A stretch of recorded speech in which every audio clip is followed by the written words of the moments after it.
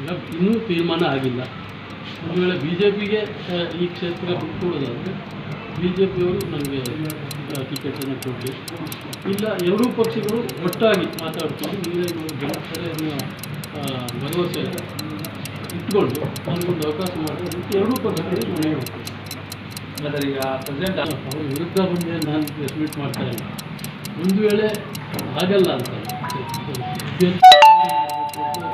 B J P J D ಎಸ್ಗೆ ಬಿಟ್ಕೊಡ್ಬೇಕು ಅಂದಾಗಲೂ ಕೂಡ ಆ ಎರಡೂ ಪಕ್ಷಗಳು ಮಾತಾಡಿಕೊಂಡು ನನ್ನನ್ನು ಅಭ್ಯರ್ಥಿ ಮಾಡುತ್ತೆ ಈ ಜಿಲ್ಲೆಯಲ್ಲಿ ಹೈಕಮಾಂಡ್ ಮಾಡಿದ್ದೀನಿ.